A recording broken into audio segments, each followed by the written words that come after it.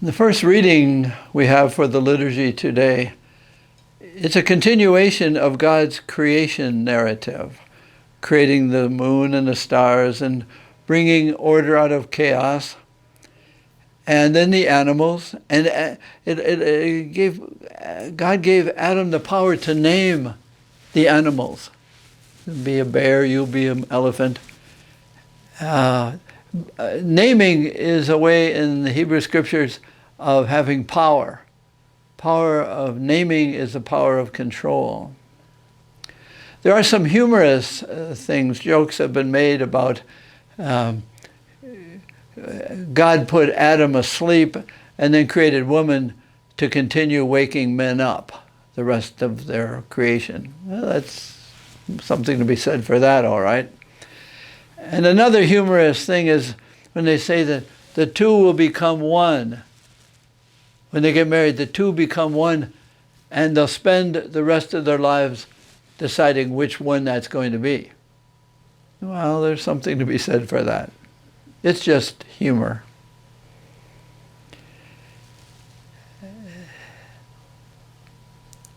And Adam says to God, this is bone of my bone and flesh of my flesh. This one, I can get along with this one.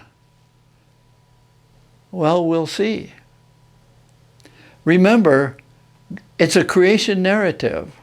And so that God created Adam, God created Eve, and then said, okay, the two of you continue creation of each other. Whether you become this one or that one, that's just humorous. So that God says, you, Adam, continue the creation of the human race, including the ongoing creation of Eve. And Eve, you... There is a very famous sentence that takes some time to unpack. It said, there is no woman, the author says woman, but you can put man, there's no relationship that's more precious than the truths they will reveal by causing them to suffer. That is to say, that can sound harsh. It's actually not. That we assume that Eve revealed to Adam some truths that Adam would find hard to receive and believe. And Adam would tell Eve some truths about her that she might find hard. That each thought they were created perfectly.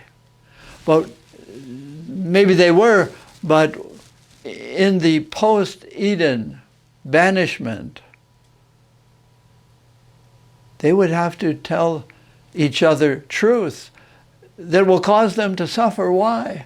And we continue that too, that there are truths that friends and especially married people are ordained to help God continue the creation of each other. And some of the things they're going to say are going to cause the other to suffer because each of us thinks that we are perfect.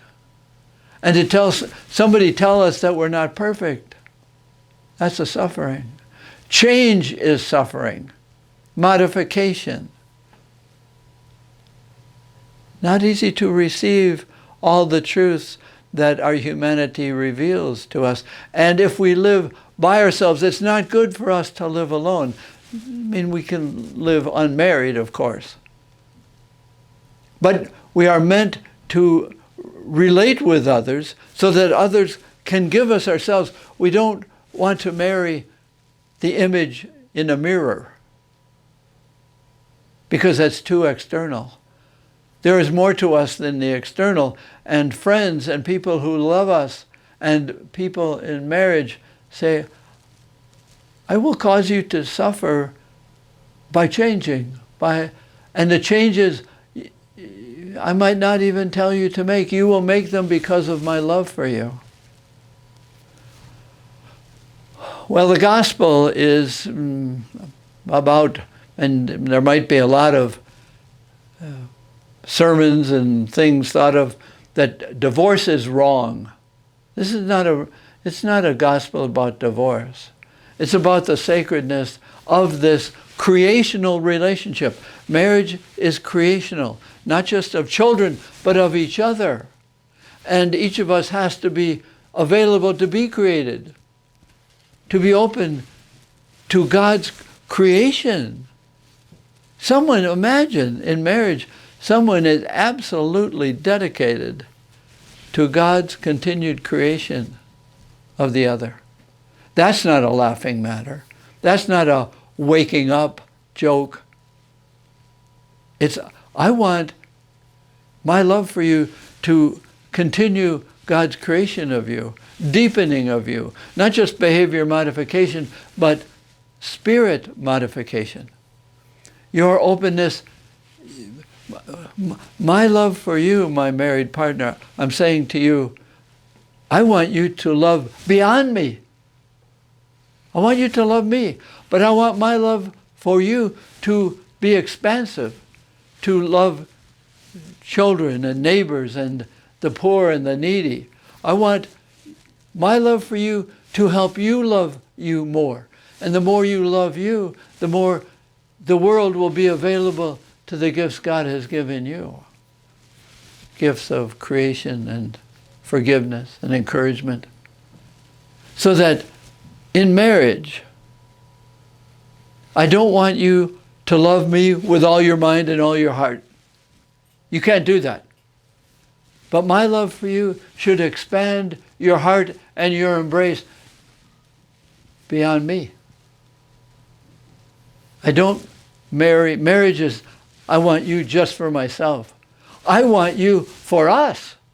And your love for me, I want it to be for us. And the us expands. It's not just for you. That's not marriage. That's bondage. The bonds of marriage are the bonds for distribution, for freedom. So in the Catholic Church, it's a sacrament because all sacraments are for mission. The Eucharist given, it's not just for me. I become more for you. And in marriage,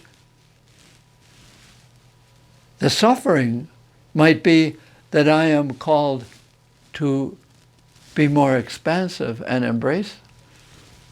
That might be a suffering. It might be a suffering to realize that I do have gifts that my spouse has encouraged me to have and says, now, go and do something with them as an experience of our marriage, of our living the sacrament. The sacrament is not just for you and me and our kids.